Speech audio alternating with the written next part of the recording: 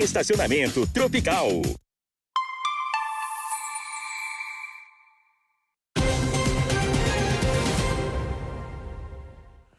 Estamos de volta depois desse rápido intervalo para dar sequência aqui ao Gazeta News edição da tarde. E nós vamos recebendo um convidado aqui no estúdio. Antes, claro, de falarmos sobre o assunto, já que estamos também falando de tragédia, desta vez tragédia no trânsito, mas ainda continuamos a acompanhar a queda do avião na cidade de Vinhedo, em São Paulo, que matou todos os tripulantes e ocupantes também da aeronave.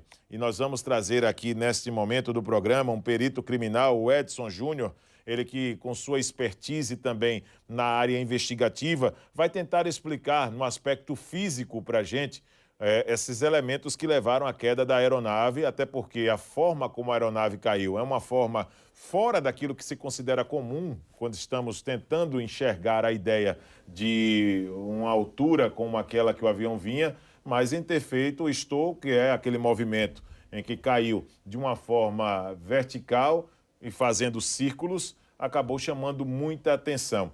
Edson, muito obrigado, inclusive, por estar aqui conosco. Estamos falando aqui, o motivo da sua presença é por dois assuntos importantes, e o primeiro é esse, a forma como a aeronave caiu no início da tarde de hoje. Eu gostaria que, fisicamente, como explicar essa situação para o nosso telespectador. Boa tarde. Boa tarde, Viderlan. Primeiro, agradecer o convite, né? Para a gente entender, na verdade, eu tomei conhecimento desse caso agora, vendo sua reportagem, né? Seu programa. E, de acordo com aquela imagem, a gente percebe que o que ocorreu é quase uma queda livre, desprezada a resistência do ar. A aeronave realmente ela cai quase que na vertical, pelo menos é o que a gente consegue perceber nesse vídeo, né? Tendo somente esse vídeo como referência. E isso acontece, na verdade, devido ao quê?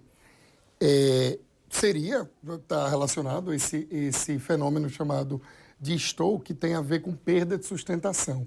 Mas para a gente entender essa perda de sustentação, a gente precisa entender a sustentação em si. Como é que funciona? Isso é regido por uma equação que a gente chama de equação de Bernoulli, não é? A asa, ela precisa assumir um ângulo, que a gente diz que é ângulo de ataque. Então, a asa do avião ela não fica assim na horizontal, se ela estiver indo em direção a você. Não, ela precisa curvar. Por que ela vai curvar? Para que ela faça com que o ar acima da asa tenha uma velocidade maior do que embaixo. Quanto maior a velocidade, de acordo com essa equação, menor a pressão. Essa redução na pressão acima da asa cria uma força resultante para cima, que a gente poderia, de maneira simplificada, dizer que o avião quase é sugado para cima. Agora, essa força resultante para cima, essa força para cima, ela precisa equilibrar o peso do avião. Então, a gente entra na argumentação aí da carga desse avião, né? Isso. A bagagem, a quantidade de passageiros. Então, o voo, ele está relacionado à sustentação, está relacionado a esse ângulo de ataque. Mas a gente não pode esquecer a velocidade. Vai ter especialista que vai dizer, não é a velocidade, é o ângulo, mas não é assim. Porque se o avião parar, ele cai. E esse avião, ele quase que caiu na vertical. Então, o que é que a gente tem aí? Provavelmente, eu não periciei esse caso, obviamente, né? Então, eu estou falando como físico. Provavelmente, ocorreu uma perda de velocidade. Com essa perda de velocidade, o ângulo crítico da asa foi atingido, pode ter sido atingido. E ainda assim, atingiu-se esse ângulo, não tinha velocidade para fazer esse ar passar acima com a velocidade necessária para gerar sustentação, perdeu-se sustentação, então ele caiu. Agora, quais fatores podem produzir essa perda de velocidade? Aí a gente entra na questão dos motores, desde que de um congelamento de fluido a mesmo ausência desse fluido combustível, né?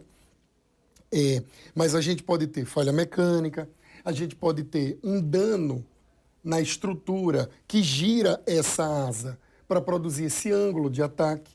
A gente pode ter um dano na fuselagem dele que impeça que o ar seja desviado com a devida velocidade.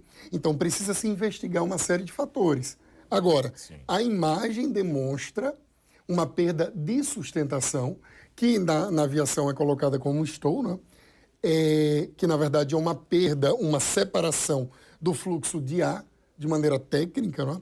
E essa perda, me parece nessa imagem, está diretamente relacionada não ao ângulo de ataque da asa, e sim à velocidade da Agora, aeronave. Edson, é muito importante, diante dessa sua explicação técnica no contexto físico, como explicar esse movimento espiral que o avião faz em uma formação quase que vertical, como você bem coloca. O que é que a física explica, por exemplo, esse movimento circular que o avião fez nessas imagens até tocar o solo? Então, aí a gente tem uma série de fatores que aí vão ser até mais simples.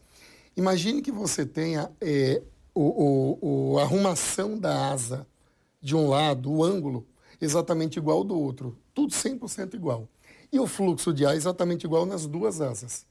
Então, não teria motivo para esse avião girar.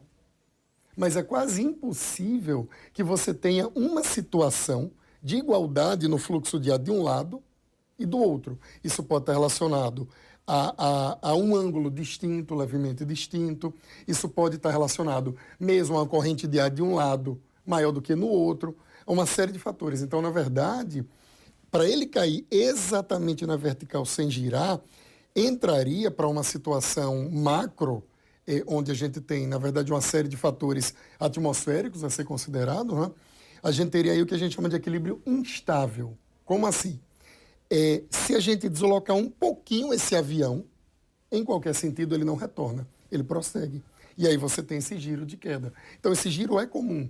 Na verdade, o que seria quase impossível, não é tecnicamente impossível, mas de uma ótica prática seria quase impossível, seria ele cair perfeitamente alinhado sem girar. Isso, inclusive, é uma situação que os paraquedistas, guardadas as devidas proporções dos assuntos, eles utilizam como um controle também para poder planar nesse momento. Não é isso? Perfeito. No caso do paraquedas, você tem aí um aumento da área de contato com o ar, o que eleva a resistência do ar. Então, acaba gerando uma força de resistência do ar para cima que tende a equilibrar o peso do paraquedista, né? Então, é semelhante ao avião, mas o paraquedas não é um mecanismo com asas para controlar e precisar ter uma velocidade horizontal, né? E aí, com isso, o paraquedista consegue cair com uma velocidade que a gente chama de velocidade limite. Então, o paraquedista ele não precisa de velocidade horizontal para se sustentar. Não, ele precisa de velocidade vertical, somente a vertical. Ele pode ter horizontal, mas para o paraquedista basta vertical. No caso do avião, ele tem que ter horizontal. Se ele não tiver horizontal, ele não tem a diferença de pressão. Ou seja, uma pressão acima da asa menor do que uma pressão abaixo. Entendo. Logo, ele não tem sustentação. Logo, ele cai. É claro que o processo de investigação prossegue, até porque existe também muitos órgãos competentes, né, que são responsáveis por essa investigação, Edson, mas avaliando a imagem, é possível dizer que o piloto tentava ali fazer um processo em planar realmente a aeronave naquele momento, e aí, diante dessa construção que você faz aqui em cima de sua expertise, tecnicamente, o fato do avião ter circulado naquele momento pode ser uma dessas tentativas também, nesse indício aí do avião ter circulado ali e tentar fazer em forma espiral essa situação? Olha, é possível, mas eu precisaria de um vídeo mais extenso. Imagens anteriores a esse momento, entendeu? Para poder ter esse estudo mais específico. A gente consegue fazer um estudo com base na imagem de antes do início dessa queda, desse giro, não é? E durante esse giro. Mas essa imagem ela já mostra a partir dessa queda em rotação, né? Então acaba sendo pouco para a gente conseguir concluir. A perícia de um caso desse tipo não é uma perícia simples. Sim. Agora, ela é muito sustentada no que está armazenado ali na famosa caixa preta, né? Mas você precisa ver a questão da estrutura mecânica dos dispositivos hidráulicos do avião, e também do dispositivo de propulsão e buscar ali o que teria levado a essa falha que produziu a perda de velocidade. Edson, gostaria de pedir para que você continue aqui conosco, tá certo? Nós vamos fazer o seguinte, nós vamos a um rápido intervalo agora. Na volta, nós vamos continuar aqui com o perito criminal Edson Júnior para poder também trazer agora uma nova etapa de um acidente trágico, até porque hoje faz uma semana que aquele acidente ali no município de Flecheiras, em que 2 pessoas, nos 3 ocupantes do veículo, vieram a óbito por conta daquele acidente com o caminhão-tanque. 2 pessoas vieram a óbito, 3 pessoas ocupantes no carro e 2 pessoas morreram. A médica Flávia Emanuele Gomes, de 27 anos, estudante de medicina também Lucas Queiroz da Silva, de 25 anos. E daí nós vamos trazer detalhes a respeito desse assunto, com explicações e muitos outros aspectos do que levou também esse acidente e quais as etapas adotadas, principalmente pelos peritos, para poder trazer detalhes também deste acidente e de outras colisões também nas estradas do Brasil. Nós vamos a um rápido intervalo agora e voltamos já.